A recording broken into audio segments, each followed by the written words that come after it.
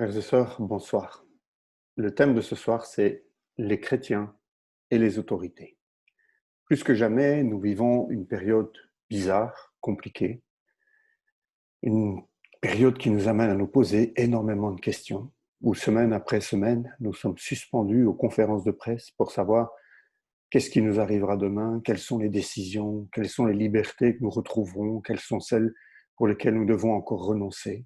Nous attendons que le gouvernement nous donne des informations sur le déconfinement. Et puis, quand les nouvelles arrivent, eh bien, certaines nous réjouissent et puis d'autres ne nous plaisent pas. Nous ne trouvons pas que ce sont les bonnes décisions, qu'il aurait fallu faire autrement. Il est vrai que certaines de ces décisions nous impactent directement économiquement, pour certains d'entre vous plus fort que pour d'autres. Certaines des décisions font naître peut-être de l'inquiétude plus qu'à l'habitude dans le cœur de certains.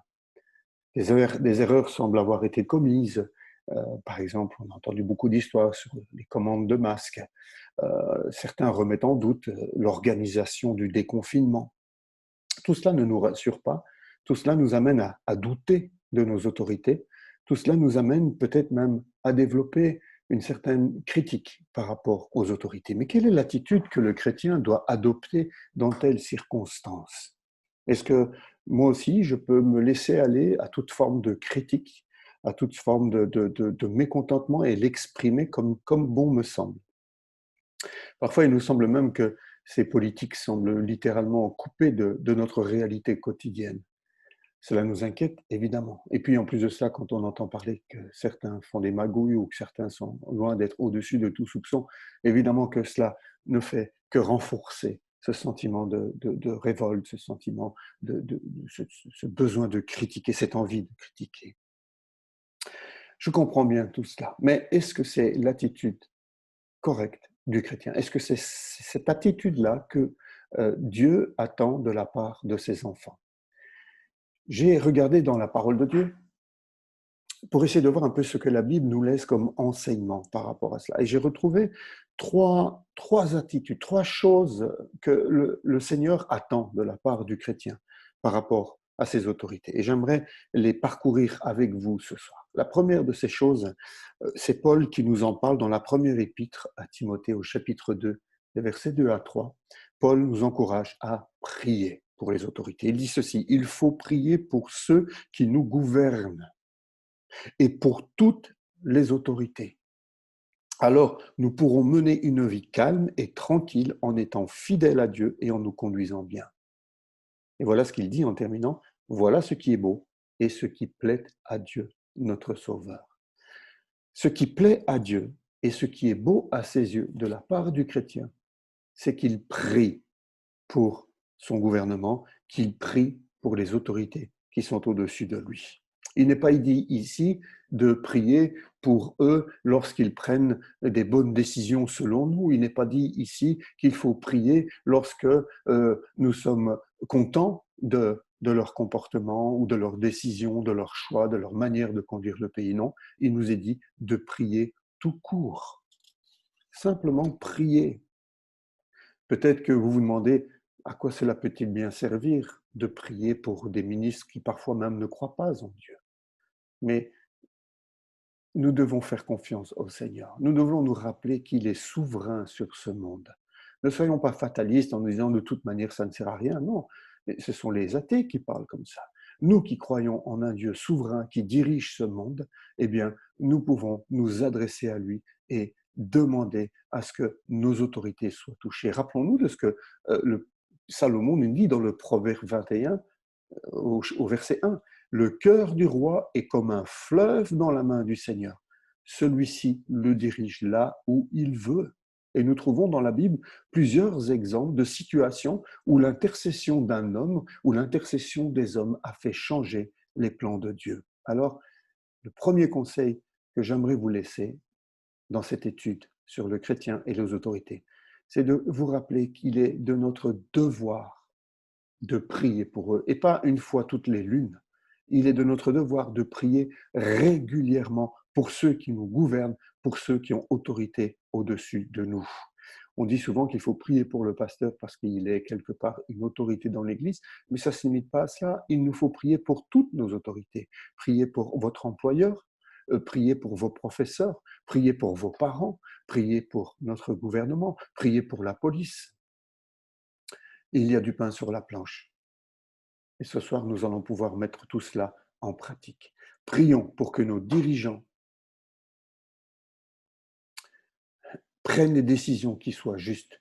Demandons à Dieu que nos dirigeants soient guidés dans les décisions qu'ils prennent. C'est le point numéro un.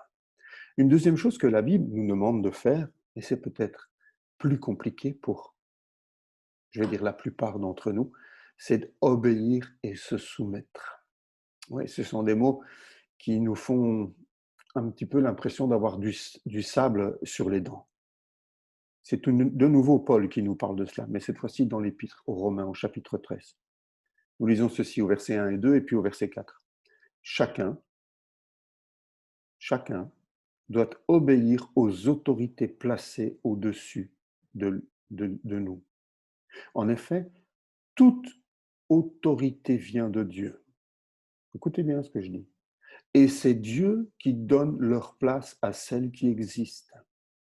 Alors, si quelqu'un lutte contre les autorités, il lutte contre l'ordre voulu par Dieu. Et ceux qui refusent de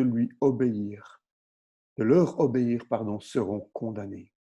Oui, les autorités sont au service de Dieu pour te conduire au bien. Mais si tu fais le mal, tu dois avoir peur, car les autorités ont le pouvoir de punir et ce n'est pas pour rien. Quand les autorités punissent, elles sont au service de Dieu. Oui.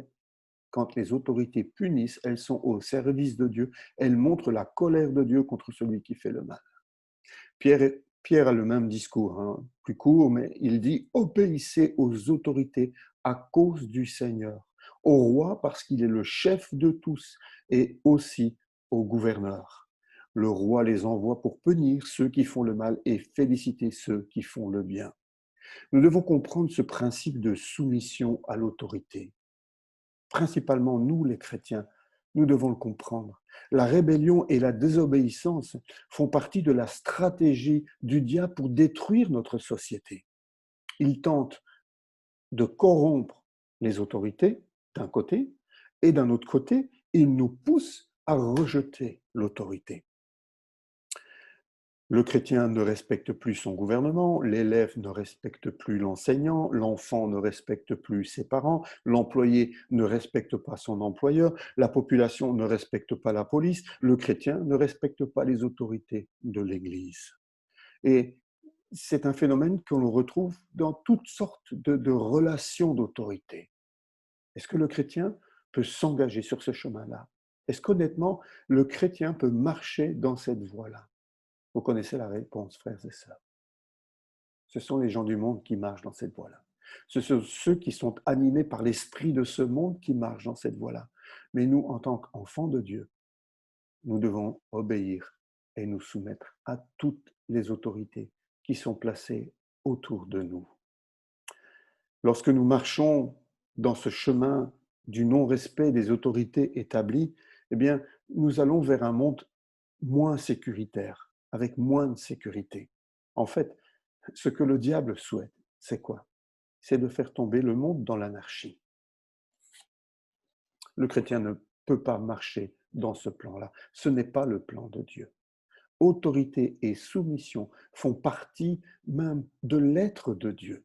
Le Fils, ainsi, Jésus, se soumet à l'autorité du Père.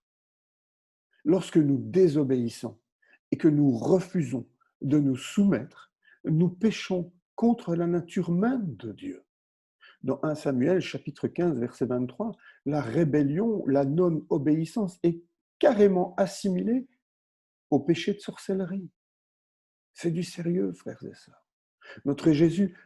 Notre Seigneur Jésus a souffert sous Ponce Pilate. C'était un des pires gouverneurs de l'Empire romain. L'apôtre Paul a souffert sous Néron, le pire des empereurs. Mais jamais nous ne voyons ni le Seigneur, ni Paul nier ou injurier les autorités. Il y aurait beaucoup à dire sur la soumission, sur l'obéissance, sur ses rapports avec les autorités. Mais je suis certain que vous savez, parce que vous lisez la parole de Dieu, parce que vous êtes en relation avec Dieu, vous savez dans votre fort intérieur puisque c'est ce que Dieu attend de ses enfants, qu'ils soient obéissants et soumis aux autorités qui sont en place. Et enfin, la troisième chose que l'on retrouve dans la Bible, et peut-être c'est celle qui m'a interpellé le plus ces derniers temps sur les réseaux sociaux, c'est que la Bible nous demande de ne pas dire du mal de ces autorités.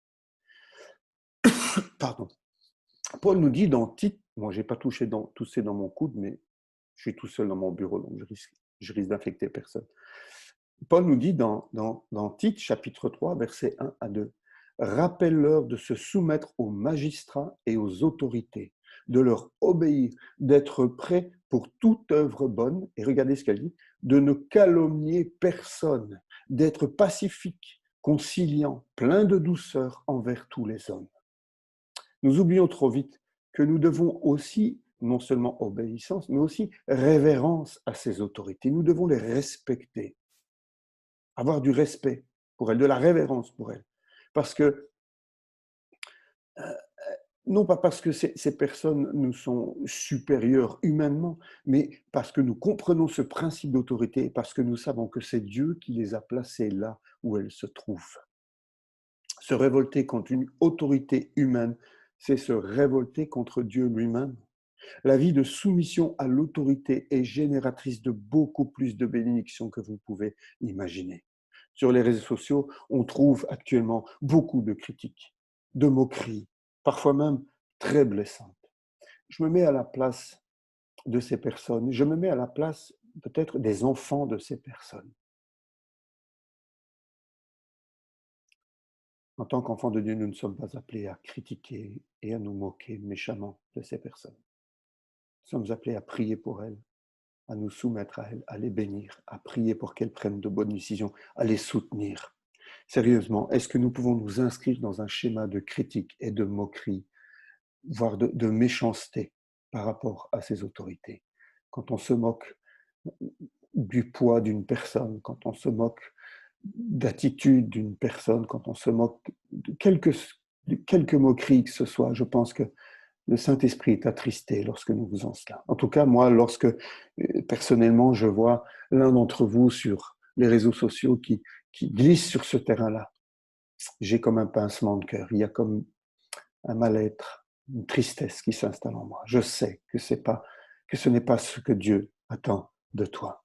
Alors, je vous invite vraiment, frères et sœurs, à la fin de cette étude, à réaliser que nous, en tant qu'enfants de Dieu, nous sommes appelés à nous démarquer par rapport au monde, à ne pas agir comme le monde agit, à ne pas parler comme le monde parle. Ce que Dieu attend de nous, c'est que nous prions, que nous bénissions nos autorités, que nous demandions que Dieu les touche, que Dieu les bénisse, que Dieu les inspire, que Dieu leur donne la sagesse, leur donne le courage de prendre parfois même des décisions difficiles. Dieu s'attend à ce que ensuite nous obéissions à ces autorités. Si une décision est prise par l'autorité, évidemment, je ne vais pas entrer dans ce débat de oui, mais si on nous demande de faire des choses qui sont contraires à la parole de Dieu, évidemment qu'il faut obéir à Dieu plutôt qu'aux hommes. C'est clair, c'est écrit dans la Bible. Mais on ne parle pas de cela ici. On ne parle pas de cela. Il n'est pas question de cela. Il est question ici d'obéir aux autorités qui sont instituées par Dieu et qui ont été élues démocratiquement. Nous ne sommes pas en Chine. Peut-être vous aimeriez habiter la Chine. Croyez-moi, la critique est plus compliquée là-bas. Alors, bénissons, obéissons, faisons du bien à nos autorités, apportons-les devant le trône de Dieu et supprimons ces postes, renonçons de colporter des moqueries, des blagues par rapport à nos autorités. Romains 12, 2, c'est toujours Paul, il nous dit « Ne suivez pas les coutumes du monde ». Nous ne sommes pas appelés à être comme les gens du monde. Ne suivez pas les coutumes du monde où nous vivons, mais laissez Dieu vous transformer en vous donnant une intelligence nouvelle. Ainsi, vous pourrez savoir ce qu'il veut, ce qui est bon, ce qui lui plaît, ce qui est parfait. Romains 12, 2. Dans ce verset de conclusion, je pense que le Seigneur nous montre clairement que dans notre relation aux autorités, il nous faut absolument nous démarquer de l'attitude du monde. et ne pas nous laisser contaminer par la critique, ne pas nous laisser contaminer par la manière dont les hommes de ce monde se comportent. Nous sommes enfants de Dieu. Que le Seigneur vous bénisse. Amen.